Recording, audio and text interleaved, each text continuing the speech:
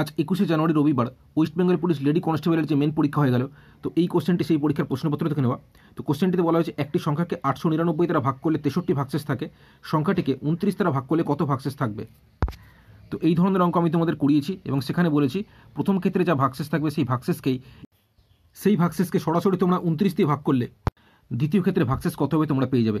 যেমন এই 63কে যদি আমি 29 দিয়ে ভাগ করি তাহলে 29 দুগুণে 58, 63 থেকে 58 বিয়োগ করলে কত হচ্ছে 5, তাহলে 5 ভাগশেষ থাকবে। অপশন ডি হয়ে যাবে সঠিক উত্তর।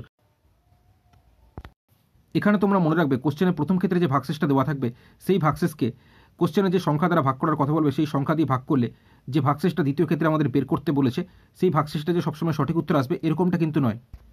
এক্ষেত্রে সেই ভাগশেষটা সঠিক উত্তর তখনই হবে যখন এই 899 29 দিয়ে ভাগ করলে পুরোপুরি মিলে যায়, তবেই আমরা প্রথম ক্ষেত্রে ভাগশেষ যেটা থাকবে কোশ্চেনে সেই ভাগশেষটাকে এই 29 দিয়ে ভাগ করলে যে ভাগশেষটা পাবো সঠিক উত্তর হবে। যদি দেখা যায় যে 899 29 দিয়ে ভাগ করলে মিলল না, সেক্ষেত্রে তখন তোমরা এই 899 সঙ্গে 63 যোগ করে সেই যোগফলকে 29 দিয়ে ভাগ করবে। যেমন এখানে 899 সঙ্গে 63 আমি যোগ করে যে যোগফলটা 962 হচ্ছে সেই 962কে 29 দিয়ে ভাগ করেছি, ভাগশেষ আমার 5 এসছে। ঠিক আছে, এইটা কিন্তু সঠিকভাবে হবে।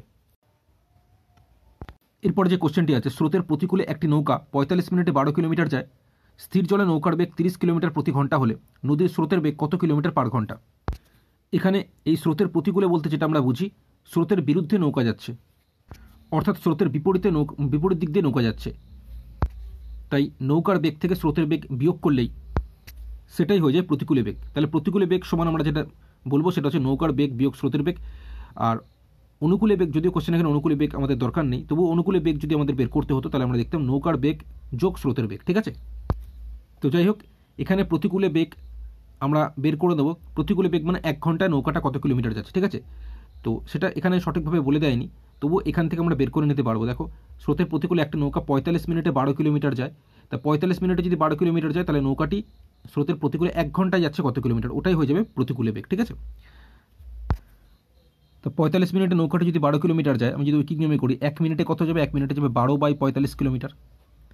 আমি চাইছি নৌকাটি 1 ঘন্টায় কত কিলোমিটার যায়, 1 ঘন্টা মানে কত মিনিট, 60 মিনিট, তাই এর সাথে কী করবো গুণ 60 করবো, করলেই স্রোতের প্রতিকূলে নৌকাটি 1 ঘন্টায় কতটা যাচ্ছে পেয়ে যাবো। তো কাটাকুটি করো, এখানে 15 3 45, 15 4 60, 3 4 12, 4 4 গুণ করো 16 কিলোমিটার।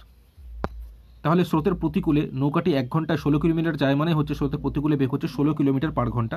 এই প্রতিকূলে বেগের জায়গায় আমি 16 লিখলাম, সমান নৌকার বেগ স্থির জলে বলে দিচ্ছি 30 কিলোমিটার পার ঘন্টা, নৌকার বেগের জায়গায় 30 লিখলাম, বিয়োগ স্রোতের বেগটা আমাদের বের করতে হবে, এটা আমরা জানি না, তো স্রোতের বেগ আমি সেই কারণে ধরে নিলাম x। ঠিক আছে, আচ্ছা -xটা যখন সমান চিহ্ন এদিকে আসবে +x হয়ে যাবে, বা শুধু x লিখলেও হবে, সমান 30 লিখলাম, 16টা যখন এদিকে চলে আসবে -16 হয়ে যাবে, তাহলে 30 থেকে 16 বিয়োগ করলে কত হচ্ছে 14।